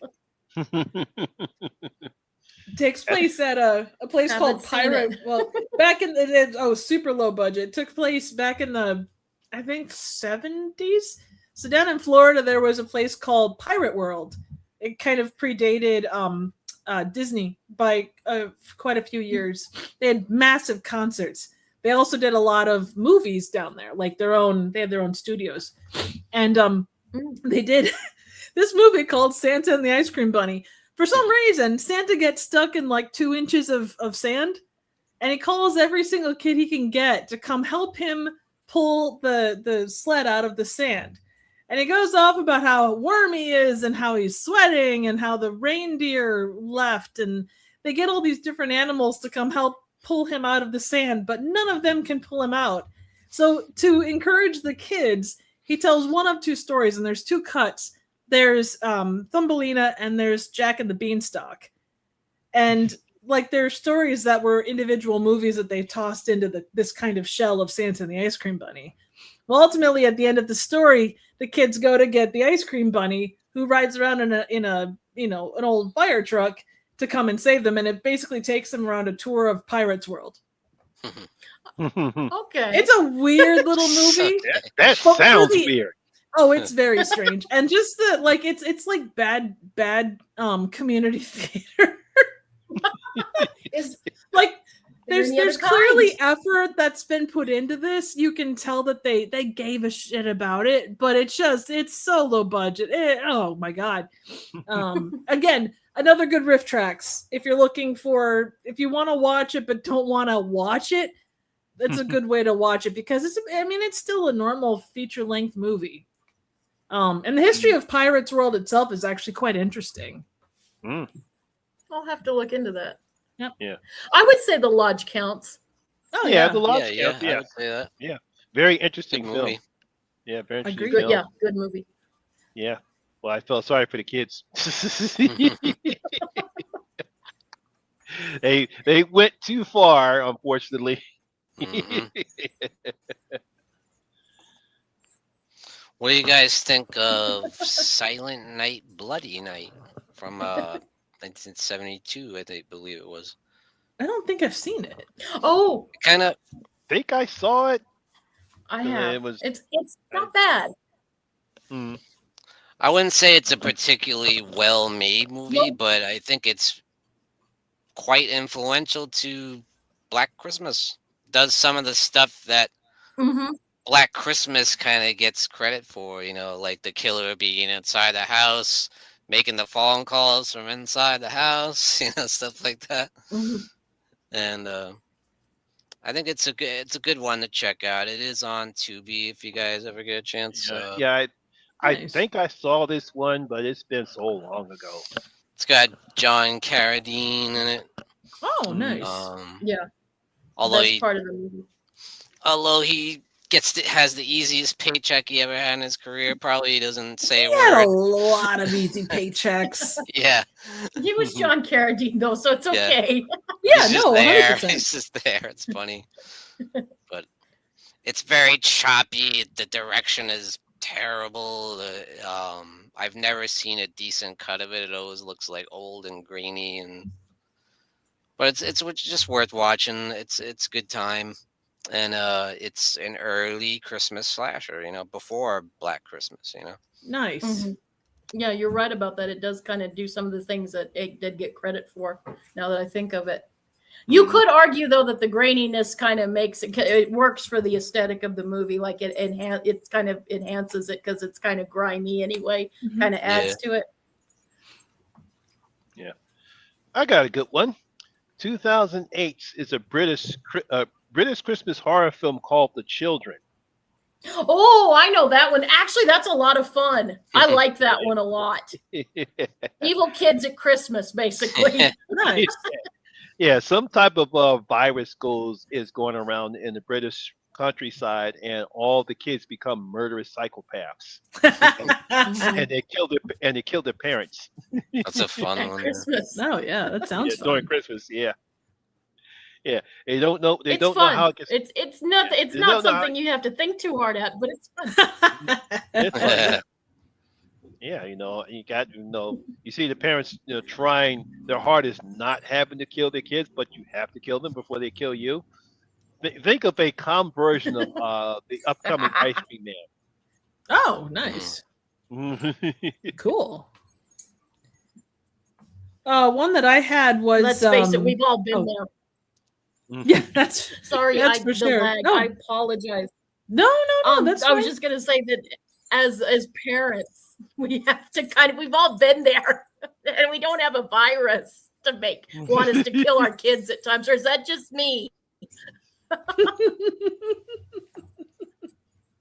No, actually, yeah.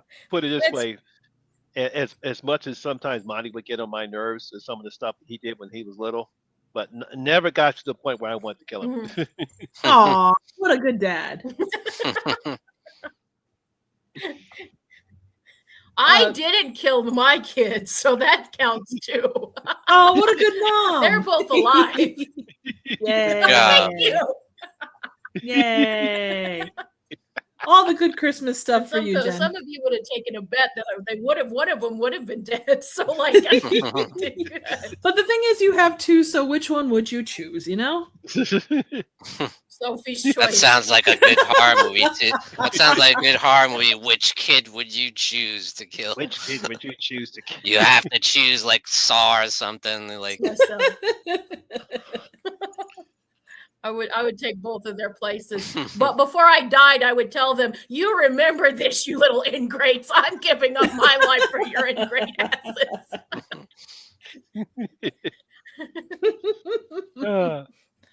I better one get that a I had- kick-ass eulogy. Is all I'm going to say.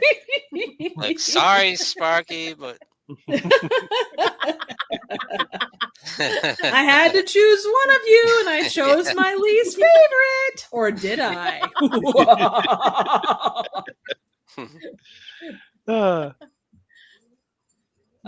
One other one that I had, it's not really a traditional horror movie, but for the time it sort of was. Rod Serling, after he finished up doing The Twilight Zone, did what a lot of people consider to be kind of like, I guess it was a full-length version of it, like a movie-length version called Carol for Another Christmas. It essentially took A Christmas Carol, but applied it to people like post-war, like kind of the way that people were looking at other people post-World War II. So like, it took people that were apathetic. It took people that were kind of warmongers, people that had money and didn't use it in the right way, and kind of showed the through an Ebenezer Scrooge kind of a guy, like, how things were, how things are, and how things will be if he didn't try to help people because of the money that he had. And it was one of those things that was actually sponsored by Xerox of all things. But Really? it was put together by the UN, and there was a lot of support for it. At the time, it was considered schlocky, but in retrospect, if you go back and watch it now, it's actually very endearing, and it holds up the same way that a lot of Rod Serling stuff does. Oh, It hit me out of left field, and it's not a happy ending, but it does kind of like what all the good Twilight Zone stuff does. mm-hmm. So. Okay. I might throw that on for this year. That sounds like something that is kind of up my alley. Absolutely. And I think you can find it on YouTube. For a long time, you couldn't find it. And then TCM brought it back a couple of years ago. And it's something that they show yearly. But But definitely look up the history of it because it has a fascinating history as well. So it sounds like it. I will. That might be something me and Marty might do. Well, if you want to join in, maybe that'd be something we could do around Christmas time if you wanted to. Oh, 100%. If you want to invite Dan from TYTD on too, he first got introduced to it this year and it blew his mind too. So sure. If it works out, if not, I'm happy to come on. No. Oh, sure. Well, both of y'all, everyone's welcome. If they can handle, me talking about an Irishman's penis at weird intervals at Christmas. You know what? If you're talking Rod Serling, why wouldn't you talk about an Wouldn't Irishman's be Christmas. That's true.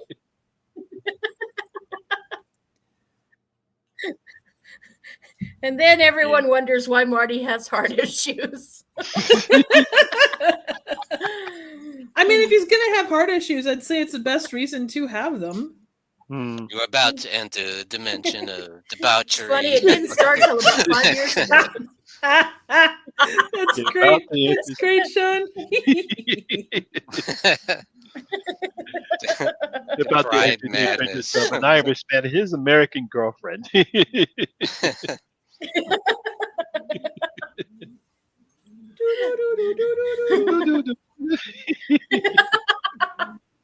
Now use a theme from Night Gallery. That's it. That's better. Go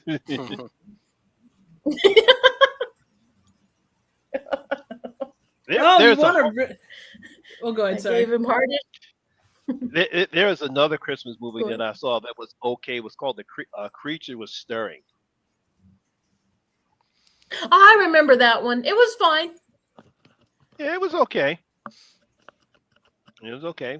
No, nothing really great. Bad. I remember it came out a couple of years ago. Yeah, you had the one of the actors from that TV show on NBC. Yeah, Chrissy Metz. Yeah, she was in that particular one. I think she plays a mother whose mother's her daughter, and come to find out there's a creature in the house.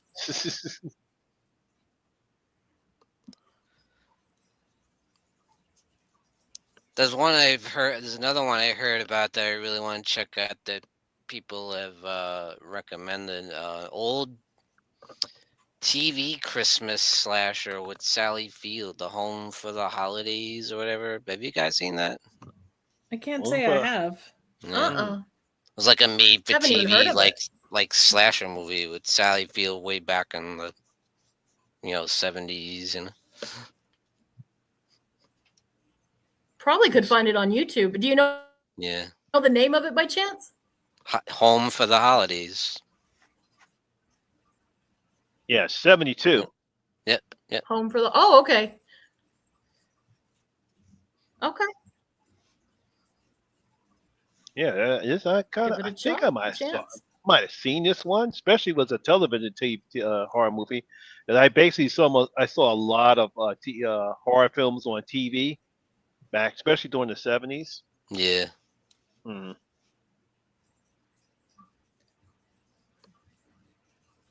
I got one for you, and I apologize. The cadaver one that I thought is actually called Mercy Christmas, not a Cadaver Christmas. I apologize.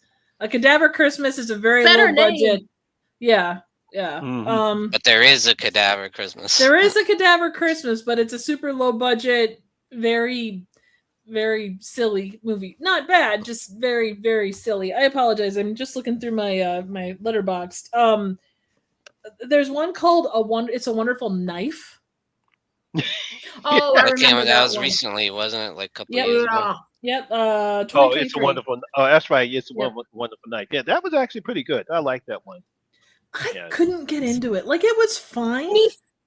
I can't tell you why. I don't. I can't. Because it sucked. Let's be honest, Trip. It fucking sucked. I didn't even think that. I didn't think it was awful. I just couldn't. I couldn't get into it. And I know that I have mentioned, I mentioned a Cadaver Christmas, for God's sake. I think I ranked it roughly the same as It's a Wonderful Knife. Oh God, I did. I didn't like that movie at all. Sparky, it was one I remember sitting there on the couch thinking, oh God, is this movie ever? And it wasn't particularly that long, but it was one that I felt long. I was like, oh, for fuck's sake, are we ever going to get to the credits? But Justin Long's in this picture. And I know, and he couldn't do any. That should tell you something right there. He couldn't save this goddamn movie. no, Joel McHale was in this and it sucked. Yeah.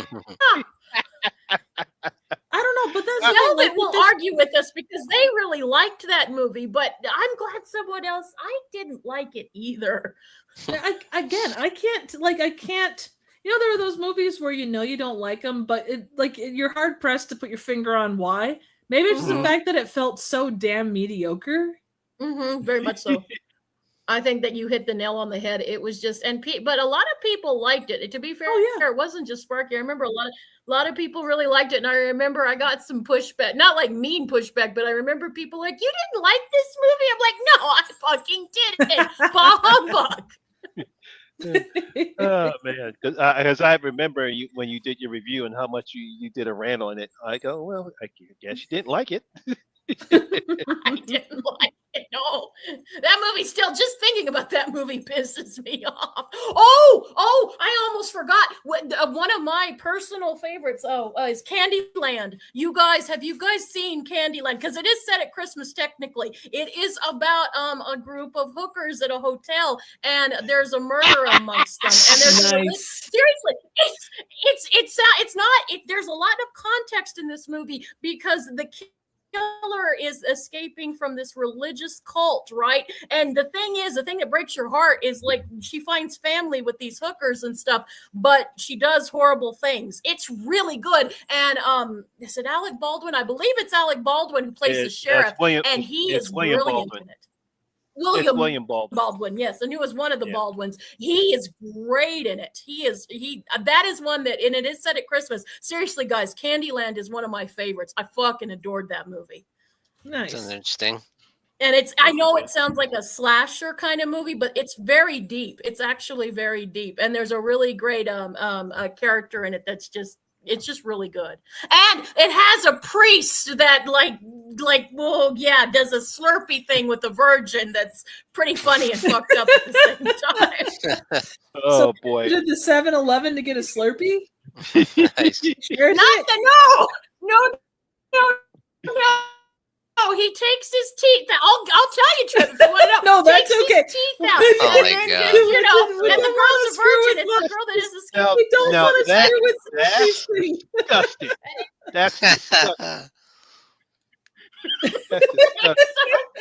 I did a review on it. It's so fucking good. Like, save it, Trip. But if you watch it around Christmas. It's really cool. Like, it's funny. It has its parts, but it's got a lot of things to it. I love it. God damn it! I fucking adore Candyland. Speaking of weird movies, Gotta check it out, guys. There's a low budget. You'll see. When you see it, you'll know what I mean. And he just slurps, and she's a virgin, and he's being tender with her. He's licking the cherry. And stuff, and he's being tender with her. Oh my God! And he's like grandpa priest. Oh God! Got a nice Christmas Slurpee for you. I can see Mercy's husband probably looking at this right now. Yeah. It's Well, like, on the Trip, I would subject love of- to hear your thoughts on this. All of you guys' thoughts. You guys need to check out Candyland. It came out a couple years back. It's check really it good. I'll put it on the list. It's on Tubi.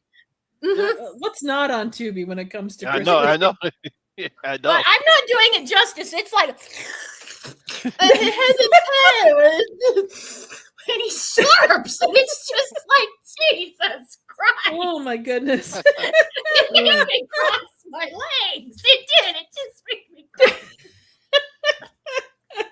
And you freaked out about that. I'm not opposed to a good slurping, but not from my grandpa. We gotta see this movie. And you freaked out about that scene in Evil Dead Burn. Everyone's giving me shit, but that was disgusting. You saw that scene, Monty. It was fucking disgusting.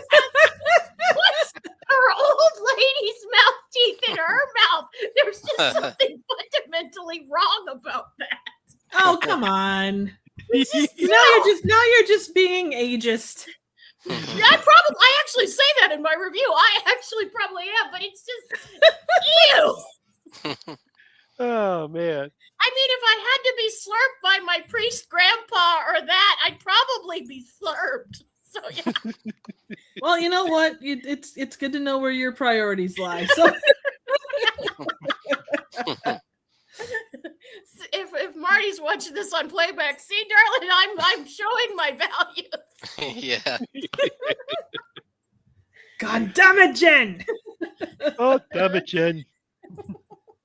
God damn it, Jen. Medication. See now I can't drink a Slurpee anymore. Give yourself a couple You of gotta days, see the Monty. movie, though, Monty. I'm not doing it justice. You gotta see the movie. And he's like, the guy's just, and he's a grandpa-looking guy, and he's a priest. And I thought I had a morbid sense of humor. What gets you through, it gets me through. That's for sure. Sean, are you going to check this one out? Check this one out. If you're not going to watch Silent Night, check out Candyland. All right. All right, you have a I might choice check it out. I between might these check two.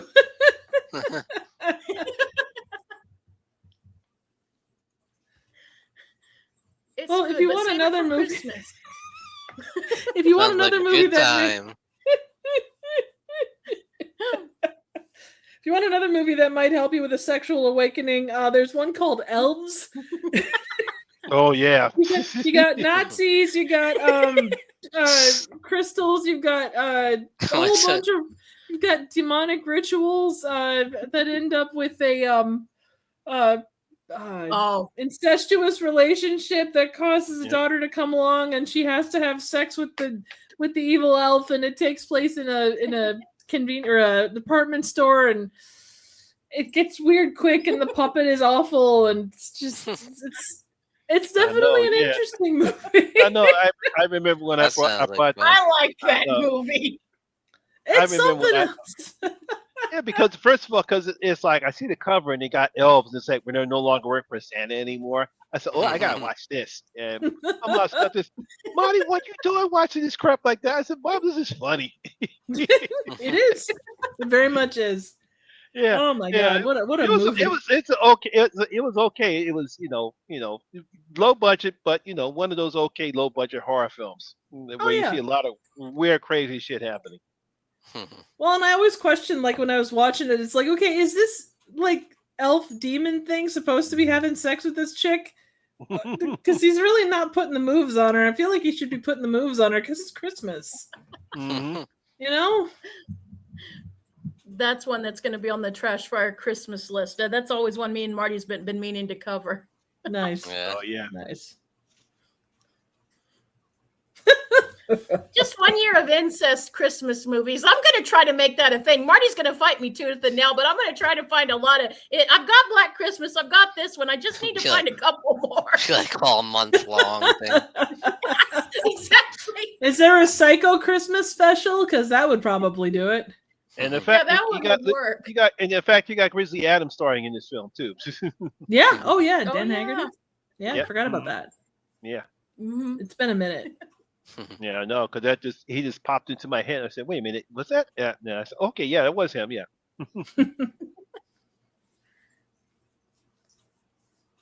All right. So, anything else? Jim, I'm surprised you didn't mention your favorite Tales from the Crypt episode. Oh yes. I did all through the house is a really good episode. I freaking love that episode. And you know what? I mean, Killer Santa, but of the wife, like she was misunderstood, guys. Like he was a dick and he had it coming. Now, I wouldn't leave that message on an answering machine because, court peoples, but I still love this one. And her little kid was kind of like like Santa here and like fucking kid is why she got killed. It's that Now I would I sacrifice know. if she was my daughter because she's kind of a little bitch. Send to see her. Shut the fuck up. I'm trying to murder your stepdad. Oh man. Oh man. What do you want for Christmas, Bubby? I already got it. Not to go off topic, but a trailer came out today as the latest horror film called Other Mommy. Oh yeah, I saw that. I did too. That freaked me out because in the beginning it's this really long take that they do in the beginning, which at first I'm like, okay, this better go somewhere, and then next thing you know, when it goes somewhere, it even scared me. I was like, oh shit. If you haven't seen the trailer, once that scene pops up, you'll know it. Yeah, but it kind of reminds me of another horror movie she did called Mama. Yeah. Yeah, but everyone's calling it the true horror version of Caroline. Oh yeah, no, absolutely. Mm. I saw a couple things talking about that You too. see the parallel. The animated movie there. Yeah, the animated movie. Yes. Stop motion one, yeah. Yeah, stop motion. Yeah. Yeah, and I can see the similarities based upon what the film is about. The film is about, yeah, but that seems to be pretty good. Yeah. It's October, right? It's coming out in October. Yeah, it's coming October. Yes, I'm gonna do a trailer reaction for it tomorrow. Very cool. Yeah. Wahoo. Any other Christmas horror films? The one with Lynn Shay, I can never remember the name, where they're going on Christmas Eve to the family. It's funny. It's a family group, and it's with Lynn Shay. I can never remember the damn name. It's really good, guys. Oh, God, what's the name? And there's other people in it besides Lynn Shay. It's a really good cast. I know what you're talking about. Came out in Give me a sec. Yeah. Give me a sec. If you guys haven't seen it, it's funny. Mhm. I'll see if I can bring that up. Yeah. I wish I looked it up too, and I cannot. Dead End. Thank you. Yes. Thank you. That is Dead End. Yes. It's about a family and that's right. Yeah, it's Dead End. Yes. Yeah, it was Dead End. Yes. Mhm. Yeah, they're in this car. They're stuck in this car, and weird shit happens. Yeah, and the ending is a great payoff. It's kind of, if you're familiar with it, you might see what's coming, but it's so much fun. And I love the line where one of the siblings is in a bad relationship. I hope you didn't mean it. Were you really serious when you said you'd kill yourself? I hope you didn't mean it. It's cute. Mhm. Yeah, It's funny. The twist is very good. Yeah, it is. Mhm. Definitely check it out, guys. It's a fun one. It went under my radar for a long time, and I really loved it. Yeah. Any other great Christmas horror films? There's an old slasher, like the early 80s, like 80, I think it's 80 or 81, called To All a Good Night with Not, David Hess, the guy from Last House on the Left. yeah, It's a pretty good one, pretty rough one. yeah. And the interesting thing about David Hess is everyone said he was one of the nicest people you'd ever want to meet. I love that contradiction from what he is on screen in real life. Mhm. Everyone said he was a sweetheart. Nice. Wow. Yeah. Mhm.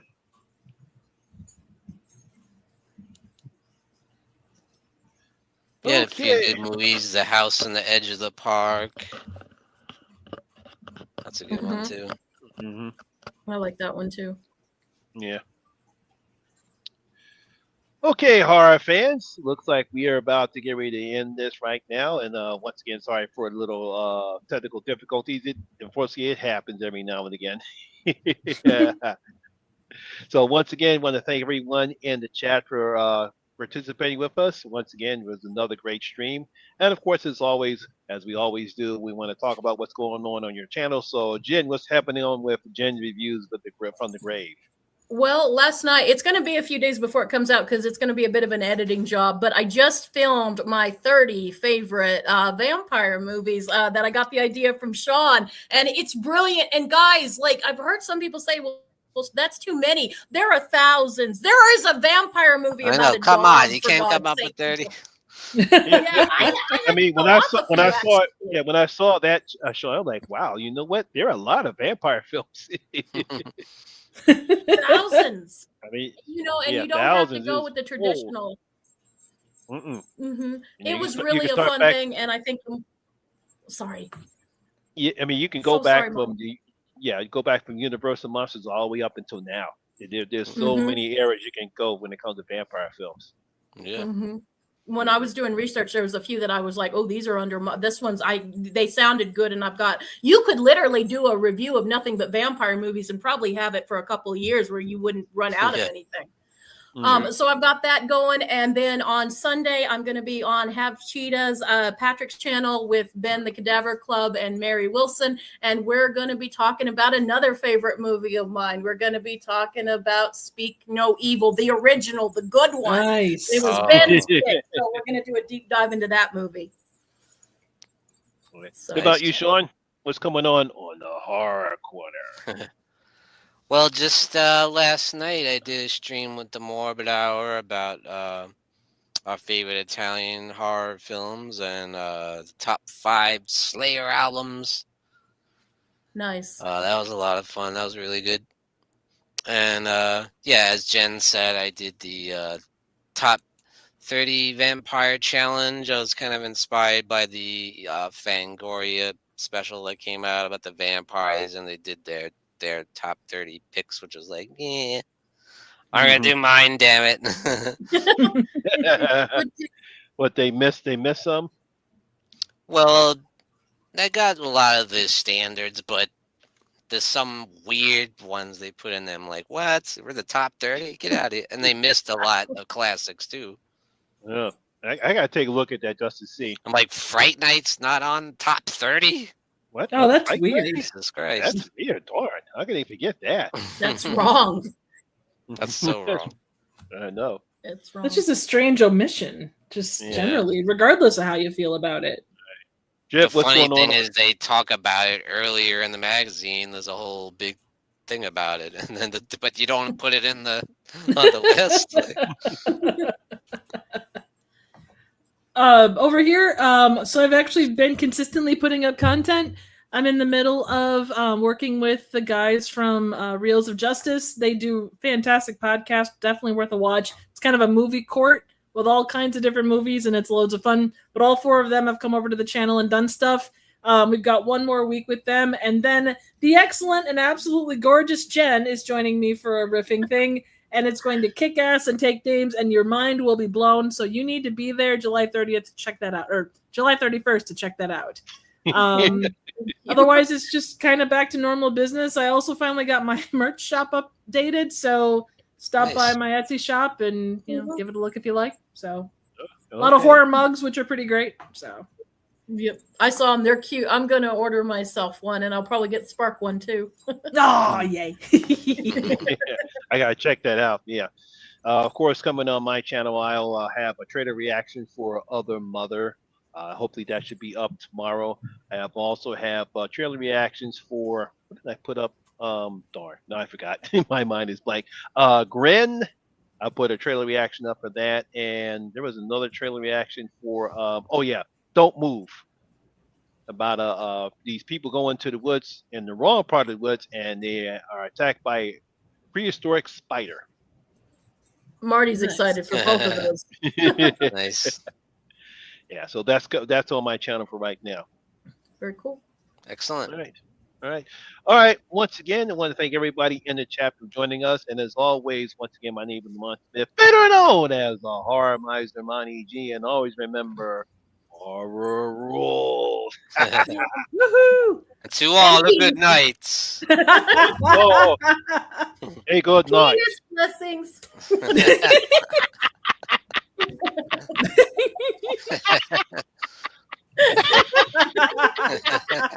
You got him in the first part. I got him in the last trip.